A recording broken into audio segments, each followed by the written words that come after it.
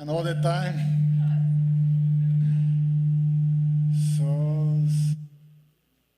É bom estar com os irmãos. É bom estar com os irmãos depois de algum tempo. Eu creio que a última vez que eu estive com os irmãos, eu não era um sexagenário.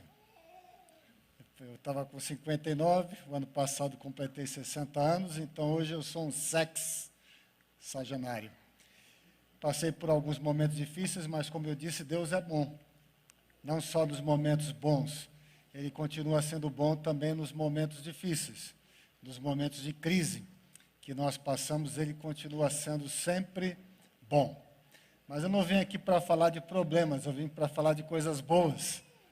Vou primeiro passar para vocês um clipe de lançamento deste livro, chamado Cansei. Os fortes também enfraquecem. É um livro inicialmente voltado principalmente para líderes e para pastores, mas que atinge a nossa vida também num todo. Quem é que nunca cansou? Quem é que nunca sentiu momentos de fraqueza na sua vida? Então esse livro é um desafio para você entender a tua humanidade, saber lidar com ela e superar os desafios que se apresentam. Vou passar o clipe para você perceber um pouco mais do que se trata o livro. Pastorear, liderar, é fazer curativo nos feridos enquanto você mesmo sangra? Por que estamos nos identificando enquanto pastores e líderes com alguém que está ferido, que não está sendo cuidado e mesmo assim cuida? Sangrar é uma das maiores causas de morte por trauma. Estancar o sangramento é fundamental para evitar a morte que pode ocorrer em um curto espaço de tempo, caso esse procedimento não seja feito. Não podemos conviver com um sangramento sob pena de estarmos colocando a nossa própria vida em risco. Para cuidarmos de quem sangra, temos primeiro de cuidar do nosso próprio sangramento. Questões como estas são abordadas pelo autor que nos desafia a viver uma espiritualidade humanizada e uma humanidade espiritualizada. Cansei, os fortes também enfraquecem. Este é o livro de Luiz Correia.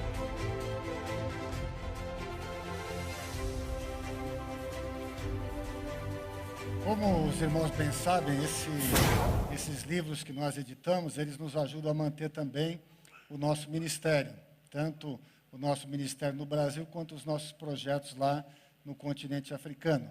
A parte seguinte, eu vou mostrar para vocês o projeto que nós iniciamos, apesar desses momentos difíceis, o Senhor nos desafiou, e este ano nós estamos iniciando um projeto chamado Okuvanja Kwelavoco. Diga comigo, Okuvanja Kwelavoco. Vocês sabem falar Umbundo. Umbundo é o dialeto do sul de Angola e Okuvanja Kwelavoco quer dizer olhar de esperança. Então, quando você diz Okuvanja Kwelavoco, você está falando de um olhar de esperança. Nosso trabalho, eu conversava com o irmão antes do culto, principalmente todo o pessoal que trabalha no continente africano, e quando nós falamos de África, as pessoas esperam ver aquelas imagens de crianças subnutridas, de crianças morrendo de fome, de pessoas em deslocamento de guerra. Tudo isso, na verdade, existe. Mas, da minha parte, eu já disse algumas vezes para os irmãos aqui, eu optei por mostrar alguma coisa diferente, mostrar aquilo que está sendo feito e como nós podemos mudar essas realidades tristes que realmente existem. Então, ali em Angola, eu vou dizer o termo aqui do Brasil, uma favela, uma comunidade chamada Estalagem, lá nós falamos Musec. O Musec da Estalagem está dentro da área urbana de Angola. Nós temos lá um trabalho missionário, há uma igreja, há um projeto social junto e há uma escola. É uma escola comunitária chamada Escola da Missão Apostólica em Angola. Essa escola atende em torno de 300 crianças. Como eu disse, é uma escola comunitária, não é uma escola do governo, nem uma escola privada. Ela é uma escola que a própria comunidade administra e que atende as crianças que não teriam condições de atuar ou de ser matriculadas em outra escola. Os professores que ali trabalham em regime quase voluntário, são 10 professores. Para você ter uma ideia, o salário integral de um professor lá fica em torno de $50. Isso eu estou aumentando um pouquinho o valor, tá? Para arredondar. De 200 a 250 reais por mês é o salário de um pastor, que nem sempre é possível de pagar. As crianças pagam uma mensalidade muito pequena para tentar amenizar ali o trabalho. Então, no final, é um trabalho voluntário, é um trabalho comunitário, e Deus nos desafiou este ano a nós trabalharmos um olhar de esperança naquela comunidade. A ideia é olhar para a comunidade e descobrir ali sinais de esperança. E não sei se está enxergando bem, mas se você depois puder receber, a gente tem compartilhado aí nos grupos da igreja, se você puder compartilhar aí esse banner, você vai olhar que não são crianças subnutridas, embora sejam crianças em situação de pobreza. São crianças que, apesar de todo o contexto adverso que enfrentam, elas trazem um olhar de esperança. Essas fotos elas foram feitas intencionalmente. Eu disse para o fotógrafo que ia fazer as fotos lá, eu digo, eu quero que você encontre olhares de esperança. Então, quando você olhar para essa foto mais de perto, você vai olhar no olhar, você vai ver crianças bonitas, não sei se está dando para perceber, são meninos e meninas bonitas e que trazem em si um olhar de esperança. E a nossa intenção este ano, então, é alimentar este olhar de esperança, alimentar esses sinais de esperança, desenvolver a escola, causar um impacto ali no entorno da escola, dentro da comunidade, e para isso nós contamos com vocês.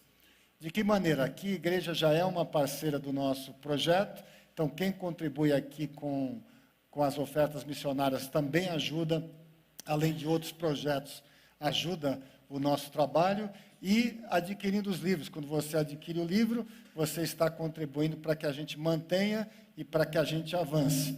Então, este ano eu vou estar falando muito sobre olhar de esperança, sobre o Okuvanja Quelavoco.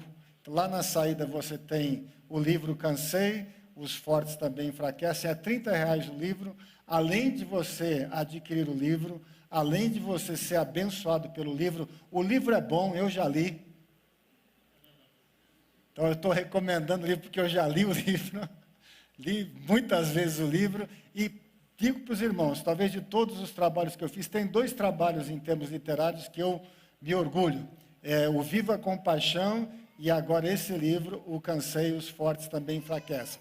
Se você conhece alguém que está cansado, dê o livro de presente. Se você conhece um líder que está desgastado, porque o que se fala hoje é de cansaço, e eu vou falar sobre isso também na mensagem. Então, além de você ser abençoado pelo livro, você pode presentear um pastor que está desanimado, um pastor que está aí pensando em desistir do ministério, um líder que já abandonou o ministério para o qual foi chamado, um profissional liberal, até um empresário que está cansado. Há capítulos aqui muito práticos que falam como nós podemos superar esse cansaço. Amém?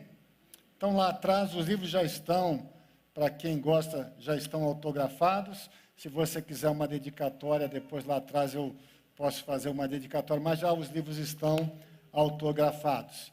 Hoje eu quero falar sobre algo que estou falando em muitos lugares, estou repetindo muitas vezes aquilo que tenho falado, está inclusive dentro do livro, é um dos capítulos do livro que chama A Arte do Descanso, porque se você fala em cansaço, você tem que mostrar o caminho também para o descanso. Em Hebreus, no capítulo 4 de Hebreus, todo o capítulo 4 de Hebreus, o apóstolo Paulo ele fala sobre a entrada no descanso de Deus pela fé. Inclusive na minha Bíblia aqui um encabeçamento desse capítulo diz: a entrada no descanso de Deus pela fé. E o tema da mensagem é o descanso que provém da fé. O autor de Hebreus ele trata de um descanso. Ele fala sobre esse descanso, ele nos desafia, ele nos exorta a entrar no descanso que provém da fé. Então ele diz aqui, vou ler até o verso 9.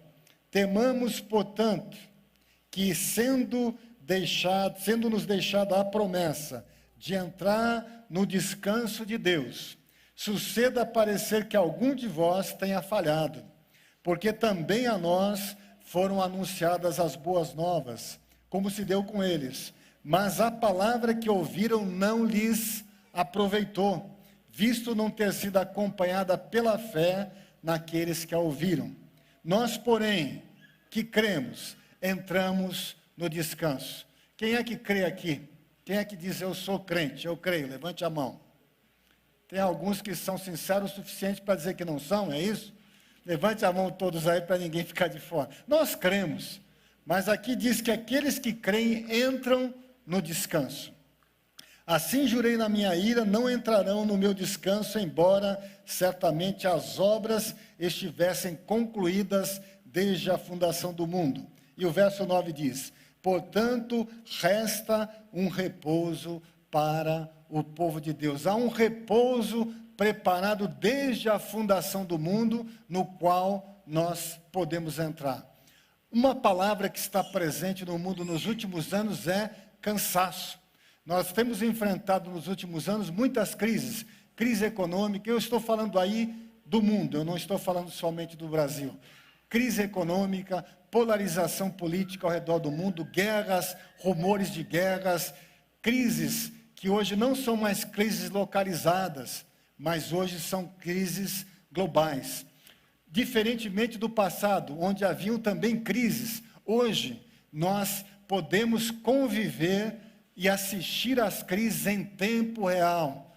Nesta semana, estamos ouvindo acerca do terremoto na Turquia, é uma região, que eu conheço, que é a Turquia, próxima da Síria, e nós estamos acompanhando isso em tempo real. Antigamente, nós tínhamos que esperar o jornal, para que no jornal da manhã nós lêssemos as notícias. Com o desenvolvimento da tecnologia hoje, você acompanha em tempo real. Está havendo lá o resgate das vítimas do terremoto e você está recebendo as imagens em tempo real. A destruição, o sofrimento, as crianças, algumas, pela graça de Deus, sendo tiradas com vida, mas certamente muitas estão sem vida. Eu não sei hoje, ontem se falava de mais de 20 mil pessoas mortas, hoje deve ter chegado a mais e certamente esse número será muito grande. Então isso nos afeta de maneira diferente do que afetava as gerações passadas, porque elas recebiam a notícia, mas não era algo em tempo real. Hoje você vai ligar a televisão, você vai entrar nas redes sociais, está se passando aquilo que está lá, está passando diretamente para você. Isso produz o quê? Isso produz cansaço. Nós não temos ideia de o quanto isso nos afeta. Estamos até esquecendo de falar da pandemia, que foi também uma crise global e que nós acompanhamos em tempo real, acompanhamos todas as nuances, todos os momentos, aqui no Brasil, ao redor do mundo. Então nós somos uma geração que vive o peso de um cansaço muito grande. No meio ministerial, se fala do cansaço pastoral, se fala do cansaço da liderança. São muitos os pastores que estão abandonando o ministério porque dizem, eu estou cansado, eu não aguento mais. Antes da pandemia, agora muito mais, se fala do suicídio entre líderes, entre pastores, e aquilo que não se ouvia antes, no arraial dos crentes, a gente ouve também pessoas que estão deprimidas, pessoas em crise de ansiedade. São crentes, são cristãs, são pessoas que servem a Deus, mas que em determinados momentos da vida chegam até mesmo a pensar no suicídio. E algumas acabam até o praticando, fruto de um cansaço acumulado. Então, quando o autor de Hebreus ele fala do repouso, ele fala do descanso, nós temos sim que pensar no descanso, que pensar no repouso. Há um repouso para o povo de Deus. Nós precisamos entrar nesse repouso pela fé. É interessante, há no livro, inclusive, eu cito isso, há psicólogos que falam de 7 tipos de cansaço. Eu não vou falar de 7 tipos de cansaço hoje. Eu quero falar apenas de 3. 3 tipos de cansaço que nos atingem e como nós somos desafiados a entrar no descanso através da fé. O primeiro cansaço é o cansaço espiritual. Nós vivemos um tempo de cansaço espiritual. A religião, ela cansa. Você sabia que religião, não estou falando de cristianismo, estou falando de religião, seja ela qual for, ela cansa. Porque o que é religião? A religião é o esforço do homem chegar até Deus. É o homem criando sistemas de culto, criando sistemas de ética, até mesmo como o confucionismo, para chegar a Deus. E isso cansa.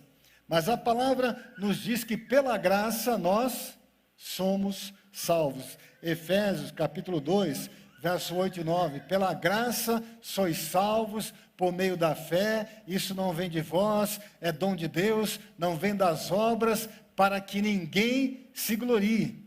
Em si, religião é o esforço do homem chegar a Deus, cristianismo é o contrário. Cristianismo é o esforço de Deus chegar até o homem, porque Deus amou ao mundo de tal maneira que deu seu Filho unigênito para que todo aquele que nele crê não pereça, mas tenha a vida eterna. Então, se você não entende isso, se você não entende que a salvação é pela graça, a qual você acessa por meio da fé, pela graça sois salvos por meio da fé. Nós acessamos a graça por meio da fé. Pela fé eu creio, pela fé eu sou salvo, pela fé eu creio em Jesus Cristo, meu Salvador, e pela fé eu me distancio da tentativa de me salvar, da tentativa de salvar a mim mesmo. O autor chamado Max Lucado, ele diz, não há nada que eu possa fazer para Deus me amar mais, não há nada que eu possa fazer para Deus me amar menos, não há nada que eu possa fazer para ser salvo, a não ser crer naquilo que já foi feito na cruz do Calvário. No momento que Jesus disse, tetelestai, né? Está consumado, pronto. Você crê que Jesus completou a obra na cruz do Calvário? Vá lá, levante a mão e diga amém, só para me agradar.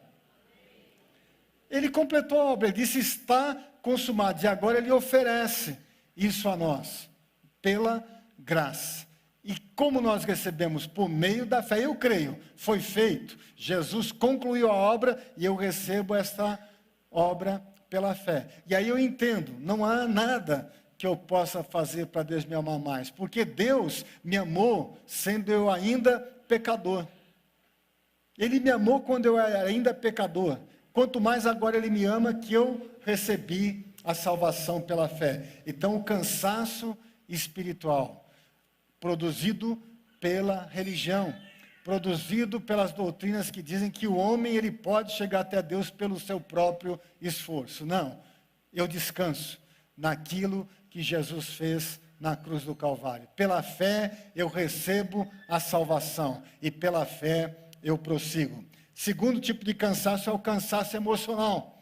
Há muitas pessoas, e eu estou no Ministério de Tempo Integral há quase 40 anos, e de lá para cá eu ouvi muitas vezes crentes chegando e dizendo, pastor, eu estou cansado espiritualmente. Ou pessoas dizendo, eu estou fraco espiritualmente. E eu digo com certeza, na maior parte das vezes, essa pessoa não estava fraca espiritualmente. Ela estava fraca emocionalmente. E a emoção dela afetava também a sua vida espiritual. Então existe um cansaço emocional. A constante ligação que nós temos com a mídia, com as mídias sociais, produzem em nós cansaço emocional. Se você liga a televisão de manhã e vai com a televisão ligada até a noite, e você fica assistindo noticiários, e você sabe disso, o noticiário da manhã repete ao meio-dia e repete à noite. Há fatos que ficam repetindo e repetindo. Hoje, o terremoto, quando você ouve de um terremoto, vão ficar falando o dia todo sobre o terremoto, atualizando todos os números, passando imagens, e isso produz cansaço emocional. As pessoas passam a estar mais ansiosas, as pessoas passam a estar mais angustiadas, porque elas estão constantemente sendo bombardeadas por cargas emocionais. E é interessante isso, meus irmãos, porque Jesus, em Mateus, no capítulo 11, ele disse: vinde a mim, todos vós que estáis cansados e sobrecarregados, e eu vos aliviarei. Tomai sobre vós o meu jugo e aprendei de mim, que sou manso e humilde de coração, e encontrareis o quê? Descanso para as vossas almas, porque o meu jugo é suave, o meu fardo é leve. Em outras palavras, se está pesado, não é de Jesus. Quando você sente que as coisas estão pesadas, você tem que reavaliar, porque Jesus disse: o meu jugo é suave, o meu fardo é leve. No mundo atual, e principalmente no mundo corporativo, as pessoas dizem muito: estou busy. Quer dizer, estou ocupado, né? Então a gente usa esse termo busy, estou muito ocupado. Eu ligo para um pastor, amigo meu, né? Qualquer pastor amigo meu, e eu enfrento isso de vez em quando. Eu disse: pastor, podemos tomar um café juntos? Eles dizem: estou muito ocupado. E eu respondo para eles, às vezes, na brincadeira: pastor, desculpe, eu é que sou um desocupado. Porque ele está muito ocupado, eu é que estou desocupado tentando conversar com ele. Não é uma brincadeira que eu faço de provocação. Quando você diz busy, você diz: eu estou muito ocupado. E alguém fez um acróstico. Quem é que sabe o que é um acróstico? Isso não é grego, não é língua grega, não. Quem faz palavra cruzada, quem já fez palavra cruzada? Você sabe que tem um acróstico, né? Você tem uma palavra escrita na vertical e você tem depois outras que você vai completar na horizontal. Então, alguém fez um acróstico de busy. Busy em inglês é B-U-S-Y. Diga comigo aí. B-U-S-Y. Busy. Alguém fez o acróstico. Então, aí na horizontal agora. Em B, ele colocou que B é completado por um E, que é be. Be, em inglês, é ser, estar. Então, be é ser, estar. U, ele completa com um N, D, E, R, que dá a palavra anda. S, ele completa com as letras A, T, A, N e S, que é Satans, Satã, Satanás. E, por último, Y, que ele completa com O, K e E, que é yoke. Aí, o que significa isso? Significa que estar busy é estar be under Satan's yoke. Vamos lá, palavra de inglês, diga comigo. Be under Satan's yoke. Que quer dizer estar debaixo do jugo de Satanás.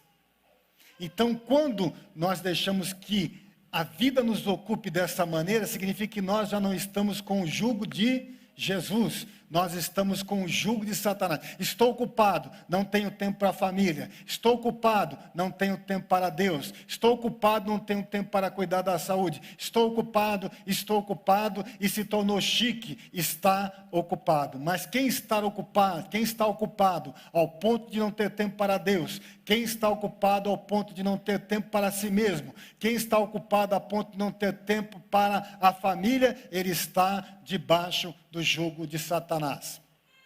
Você pode dizer um amém para isso? Eu sei que vocês não estão acostumados, vocês são um povo mais quieto. Não há crise, a gente vai se entendendo. Então, busy está debaixo do jugo de Satanás. Isso produz o quê? Qual é o fruto? O fruto é cansaço emocional. E é interessante que às vezes você está cansado emocionalmente e você se ocupa com coisas que não valem a pena. Jesus, eu tenho que acelerar porque eu disse que ia pregar pouco, o pastor Éder tem que ministrar a ceia. Quando Jesus estava caminhando, a Bíblia diz que ele cansou fisicamente. E ele parou junto ao poço. E chegou uma mulher que foi tirar água, ela ia todo dia tirar água. Era uma mulher que estava cansada. Ela estava cansada da vida que levava, ela estava cansada dos desafios da vida, mas ela chegou para tirar água, como todo dia fazia, num horário em que o poço não tinha muita gente, porque ela era vítima de muito preconceito. Jesus começa a conversar com aquela mulher, Jesus pede água, a história é muito conhecida, né? E a mulher diz: por que você, sendo judeu, pede a mim, que sou mulher samaritana? Era uma polêmica da época, judeus não se entendiam com samaritanos. Eu não vou entrar no mérito porque é uma história muito longa, mas judeu não se entendia com samaritano.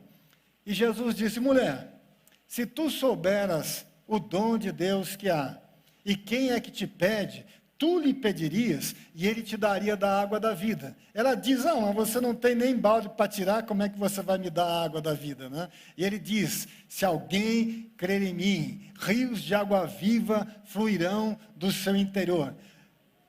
Na conversa, a mulher ainda vai dizer: mas Senhor, os judeus adoram em Jerusalém, nós adoramos aqui, onde se deve adorar? Meus irmãos, sabe o que isso me lembra? Que às vezes nós estamos cansados emocionalmente e nós vamos nos ocupar com coisas que não valem a pena. A mulher está cansada, a mulher está esgotada, a mulher está numa vida complicada, porque depois disso: mulher, eu sempre perco o número, porque é um número muito grande, né? Você teve 5, é isso? 5 maridos, e o que você tem agora não é teu. Olha, meus irmãos, uma pessoa com uma vida enrolada dessa, teve 5 maridos, o que ela tinha não é dela, está querendo discutir religião. Porque ela, é uma polêmica, um adora em Jerusalém, outro adora aqui. Onde é que adora? Jesus disse: mulher, vem o tempo e já chegou, que nem aqui, nem ali, nem acolá, os verdadeiros adoradores adoram o Pai em espírito e em verdade, porque esses o Pai procura. Eu sempre gosto de analisar a história dessa mulher, porque ela tinha 5. O 6º não era dela. De quem era o 6º? Tinha dono. Consegue me acompanhar? Às vezes a gente perde esses detalhes do texto, né? 5 você tem. O que você tem agora não é teu. Ela estava num relacionamento enrolado. Ela estava com a vida enrolada. Ela tinha tido 5. Imagine o desgaste emocional que essa mulher tinha tido na vida. 5 maridos. Eu fui casado uma vez só, já até hoje ainda não me recuperei. Brincadeira. Você que é casado, sabe, lá na África tem a poligamia. Às vezes eu brinco com os irmãos lá, eu digo: olha, eu não sei como é que a pessoa consegue ser polígama, né? Uma já é difícil, quanto mais 3, 4, você já pensou administrar a crise de 3, 4 esposas? Muito difícil. Ela estava enrolada, ela estava cansada, ela estava desgastada emocionalmente. Mas ela estava ali tentando discutir o lugar de adoração. Naqueles que entendem teologia, é mais ou menos assim: o cara está com a vida toda enrolada, o cara está cansado, o cara está esgotado, ele está se envolvendo em polêmica de calvinismo, de arminianismo, de presbiterianismo, disso e daquilo. O que isso ajuda? Nada, só desgasta mais. É aquela pessoa que está enrolada e está em polêmica na rede social, está buscando treta. Quer saber a treta do Big Brother, a treta da Fazenda. O que isso ajuda? Nada.